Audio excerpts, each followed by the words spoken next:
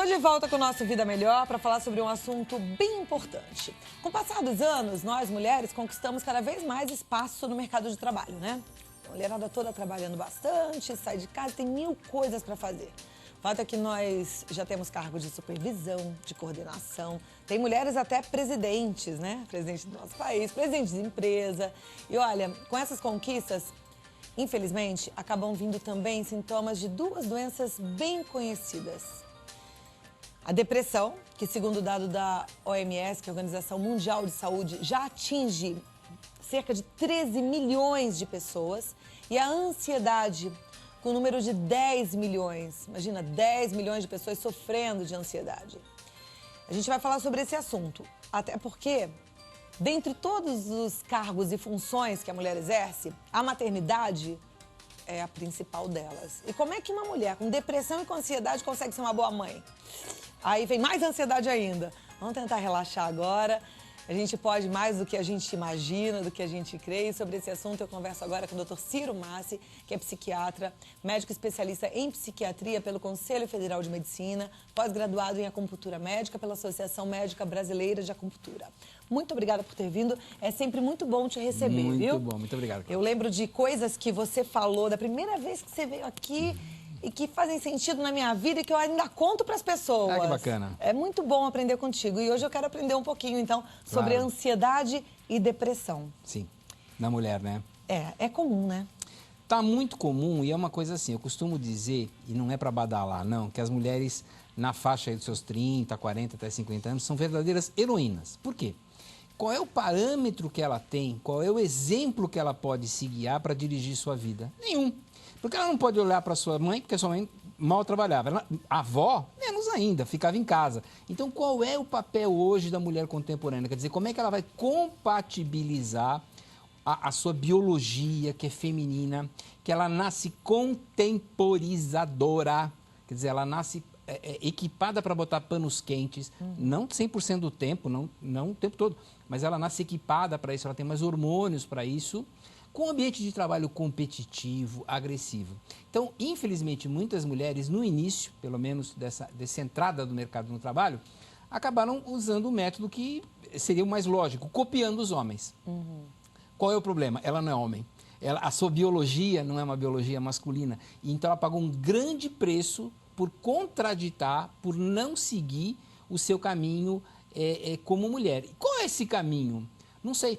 Na verdade, esse é o problema. Ninguém sabe. As mulheres estão desbravando, as mulheres estão descobrindo e assim, daqui a alguns anos é que nós vamos saber qual é o caminho. Eu não posso dizer, primeiro, porque eu sou homem, né? Segundo, porque nenhuma mulher sabe, porque é um caminho totalmente novo. Então, se a gente olhar essa inserção num mercado muito competitivo, num mercado muito agressivo, ela é muito recente para a mulher. A mulher sempre foi poupada desse tipo de ambiente. E esse ambiente atual está deixando as mulheres mais doentes.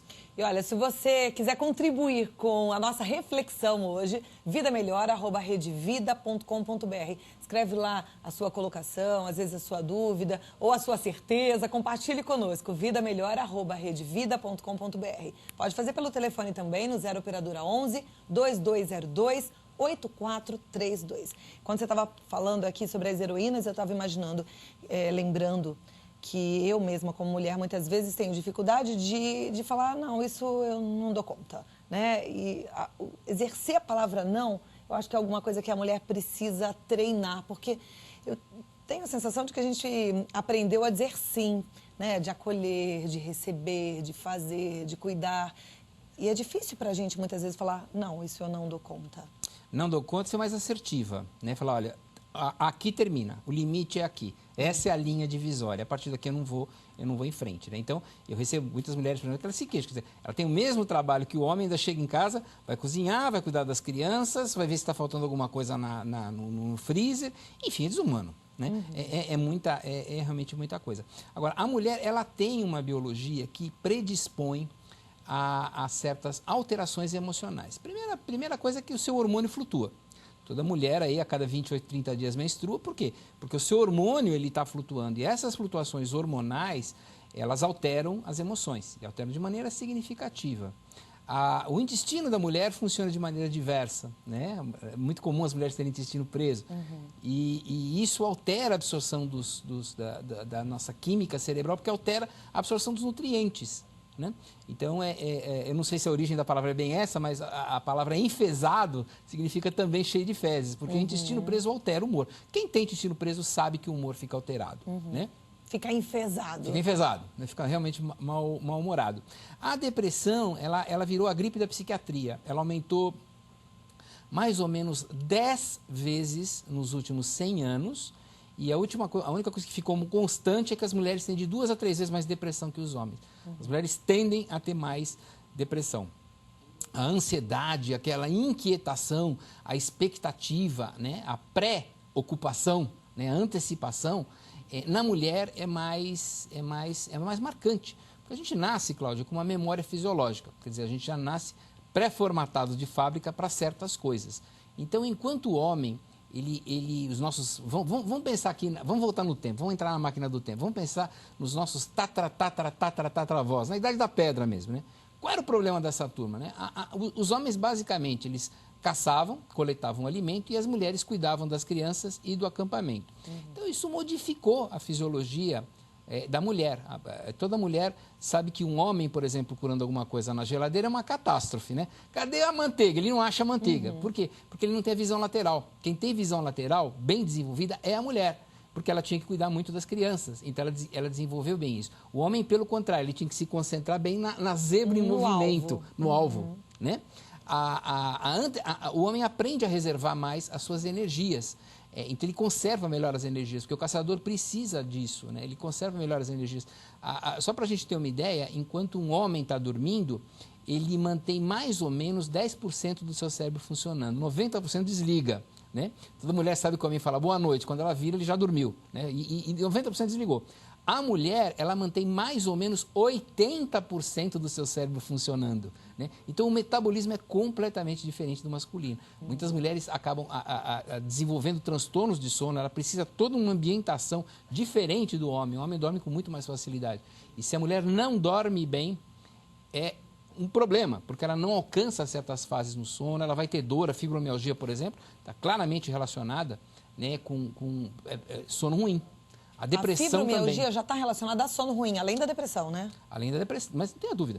Então, de cada 10 mulheres, 100 mulheres que eu atendo aí com fibromialgia, 101 tem sono péssimo. Tá vendo? A importância da gente olhar o todo, né? Porque tem mulher que fala, tô com fibromialgia e quer cuidar de uma parte só. É o todo. O sono ruim, segundo o que a gente está aprendendo agora com o doutor, é um dos problemas, né? Não, é um dos problemas. E assim, eu acho que hoje, graças ao bom Deus, está aumentando o número de médicos que fazem uma abordagem que a gente chama de biorregulatória.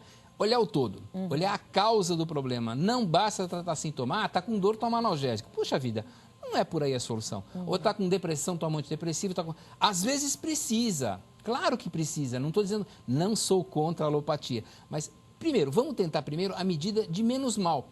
Hipócrates, que é considerado o pai da medicina, ele usava uma expressão assim, primeiro não fazer mal, primo non nocere em latim, né? Primeiro não faça mal. Então, primeiro vamos usar as medidas menos agressivas para o organismo, os remédios que têm menos efeitos colaterais, né? Vamos tentar suprir com nutriente, vamos tentar desinflamar esse organismo, vamos tentar nutrir melhor esse cérebro. Mesmo no caso de uma depressão, porque a gente sabe que depressão é uma doença e aí ela afeta os transmissores químicos cerebrais, né? E aí, se a gente está falando de transmissores químicos cerebrais, eles precisam de alguma coisa ali para agir, para isso regredir. Não tenho dúvida. Então, mas eu tenho desde um caso bem leve até um caso muito grave. Casos mais graves precisam de antidepressivo e ponto final. Tem que tomar, não tem jeito, né? Muitas vezes uma história familiar. Agora, para outros casos de depressão, por exemplo, um tipo de depressão muito comum é uma baixa de serotonina, né? A serotonina é um transmissor químico, faz parte da nossa bioquímica, e ela tem por precursor, ela precisa de uma comida chamada triptofano. Tem muito na banana, mas não adianta comer que nem chimpanzé, porque é muita mesmo, né? Então, muitas vezes, uma depressão mais leve se consegue com fitoterápico, se consegue com um triptofano, até por exemplo. Até com a suplementação do triptofano, né? Até com a suplementação do triptofano, aumentar essa serotonina, sem necessidade do antidepressivo. Agora, repito, às vezes é necessário, tem que fazer. O que eu, pessoalmente, acho é que o médico deveria sempre tentar primeiro a medida menos agressiva para o seu paciente. E também olhar o todo, não é só uma questão de depressão, quer dizer, não existe depressão, na minha opinião, existem pessoas sofrendo de depressão. Eu trato a pessoa, eu não trato depressão, eu não trato o livro. E a ansiedade, ela está relacionada à depressão? Ela evolui para uma depressão? Ou são duas... eu digo isso na parte química mesmo, nos transmissores químicos. São diferentes, áreas diferentes ou não? Então, são áreas diferentes, mas mais ou menos 40% a 60% das vezes, as duas estão concomitantes. Né? Quase metade das vezes, a grosso modo, metade das vezes as duas estão bem misturadinhas. É muito comum que o paciente depressivo tenha sua ansiedade junto, e é muito comum que o paciente ansioso tenha lá seus episódios de depressão, de tristeza, porque nós somos um todo, né? E agora, o que nasce primeiro? O ovo ou a galinha, a gente não sabe direito. Então, muitas vezes o indivíduo que tem um transtorno de ansiedade tem seu dia a dia prejudicado de tal modo, comprometido de tal modo, que acaba ficando deprimido. Então, não é uma depressão química, é uma depressão reativa à sua situação. É muito comum e precisa um médico especializado para fazer esse diagnóstico diferencial. Mesma coisa com depressão. Também, às vezes, ele fica mais ou menos ansioso. Mas são áreas distintas, são transmissores químicos a princípio distintos.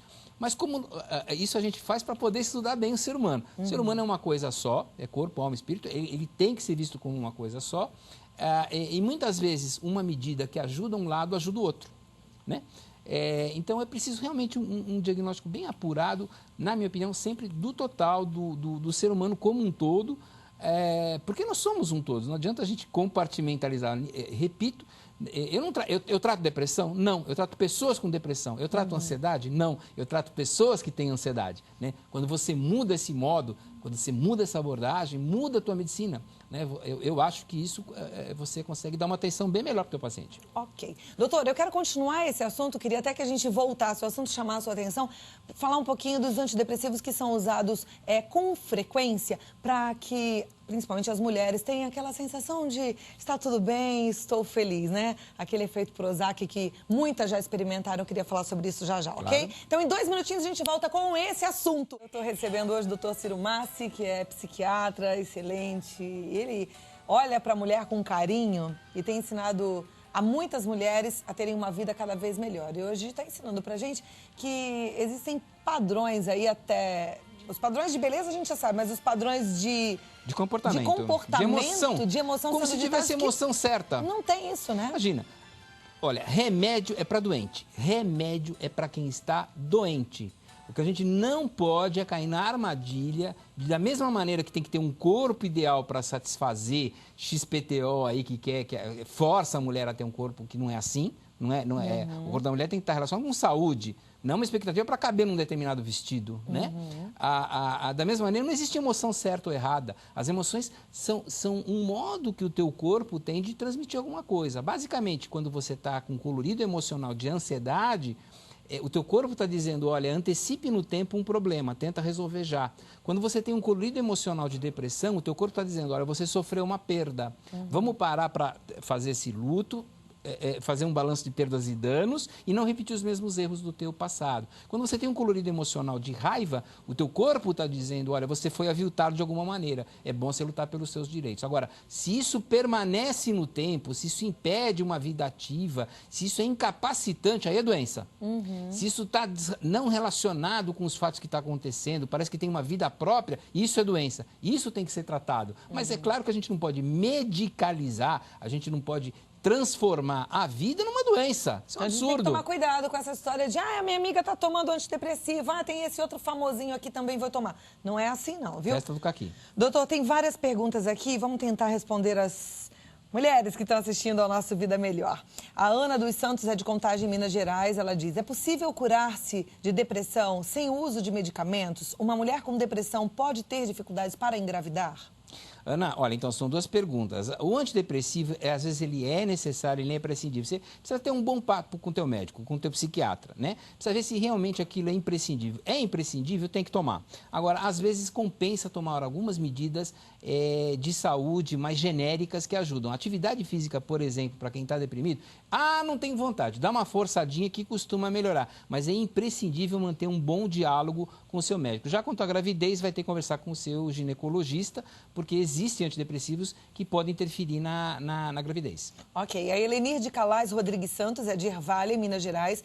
Ela quer saber o seguinte, ela diz que teve paralisia facial há 2 anos atrás, pois é muito ansiosa e nervosa, fez fisioterapia e ainda tem o rosto torto. Se existe alguma coisa a ver com depressão, a paralisia facial está ligada à depressão, doutor? Olha, a princípio ela poderia te deixar deprimido, eu não sei, precisaria de uma avaliação bem personalizada. Agora, eu lembro que paralisia facial muitas vezes se beneficia bem de acupuntura e os convênios cobrem a acupuntura, é obrigatória a cobertura por acupuntura, então talvez compense você, além do tratamento emocional, procurar um médico acupunturista, pode ser pelo seu convênio, e algumas redes públicas oferecem isso, né, para tentar melhorar esse estado. Boa sorte. A Leonor Kisa, de Mogi Guaçu, ela diz que dorme bem a noite inteira, mas é muito ansiosa. Tem mania de roer unhas, eu acho, arrancar a unha e jogar fora. Isso é ansiedade? O que posso fazer? Com certeza é ansiedade, né? Uma medida assim, muito fácil para o controle da ansiedade, que todo mundo pode aprender, é respirar periodicamente de uma maneira lenta, de uma maneira controlada. Então, se você respira de hora em hora, durante uns 2 minutos aproximadamente, de uma maneira controlada, isso reduz a ansiedade. Qualquer pessoa pode fazer, isso não tem contraindicação, né? Então, isso pode ser tentado até mesmo antes de tomar um remédio. E como é que é feita essa respiração? Eu vou fazer, Cláudia, porque é muito importante que as pessoas saibam. Basicamente, o truque é que o ar entra de uma maneira lenta e sai no dobro do tempo que entrou. Eu vou fazer uma vez para as pessoas saberem, né? Seria isso aqui, ó.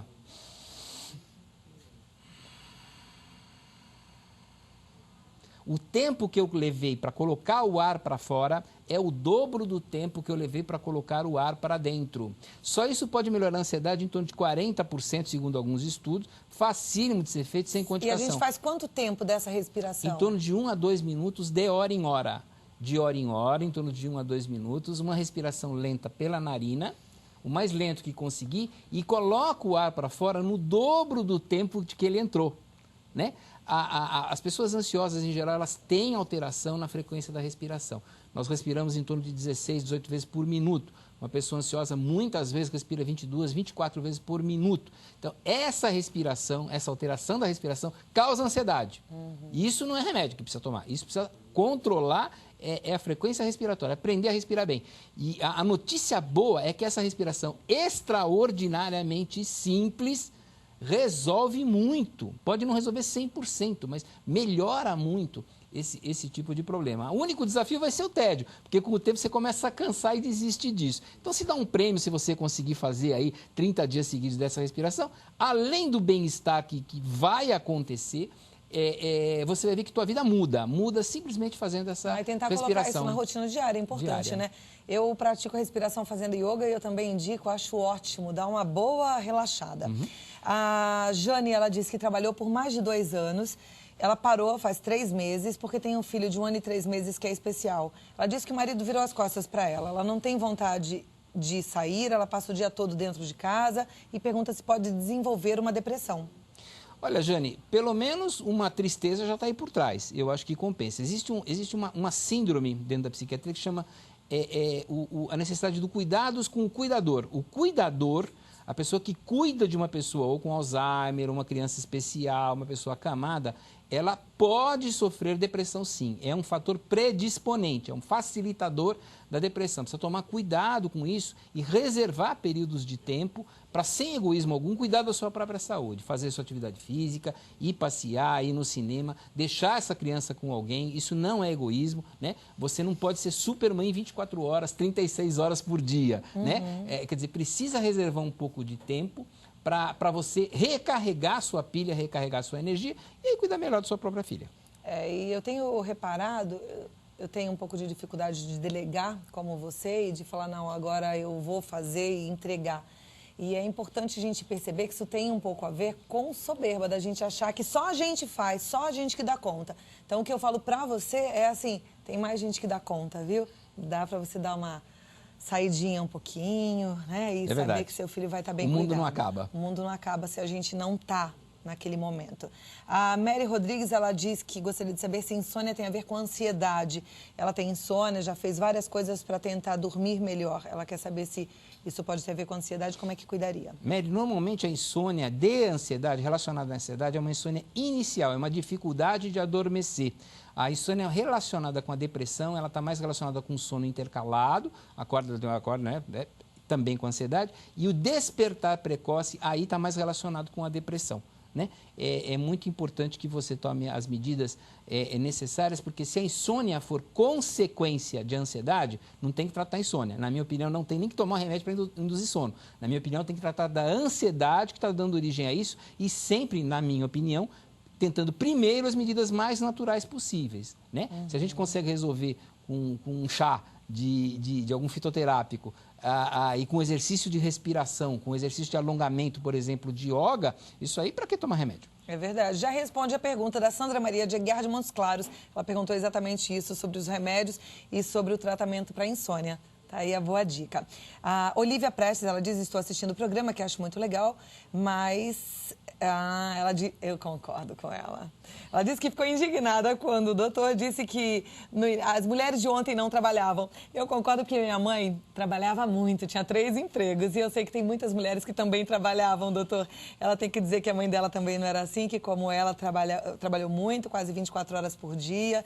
E aí ela está dando aqui a consideração dela. É verdade, eu peço desculpas, eu fui injusto, mas realmente o que eu quis dizer é que a grande maioria das mulheres não trabalhava como as mulheres de agora. Quer dizer, as funções que elas tinham trabalhavam muito, mas era muito mais raro, era pouco frequente você ter mulheres, por exemplo, como diretoras de empresa, né? Que hoje é muito mais frequente, aliás, é bem comum, tem muitas pacientes nesses cargos. As nossas mães eram modernas, né? Para aquela época elas já estavam na frente. Bem avançadas. Mas eu te entendo, minha mãe também trabalhava muito. Bom, a Olivia de Lima, ela já diz que trabalhou durante 48 anos e agora está com dificuldade de se adaptar em casa. Pergunta se isso é depressão. Não é depressão, é falta de atividade. Eu acho que vai levar à depressão, né? Olha, procura uma ONG para trabalhar. Tem gente aí precisando de ajuda que não acaba mais. Tem todo um trabalho de voluntariado em que você vai equilibrar as tuas aptidões com os desafios e poder ser útil. Não tem nada melhor que isso. E como muda a história, né? Muda. Do outro que está sendo ajudado, mas a sua principalmente também. Claro. Doutor, muito obrigada por ter vindo. Foi uma delícia agradeço. bater esse papo contigo. Claro. Tenho certeza que você também gostou. Se quiser mais informações, o site é www.vitalidadeintegral.com.br, vitalidadeintegral.com.br. O e-mail é contato@vitalidadeintegral.com.br. Volte mais vezes para a gente conversar um pouquinho mais sobre essa saúde emocional, porque o corpo é... prazer. Tudo obrigado, né? Tchau, querido. Muito obrigada, tá? Valeu.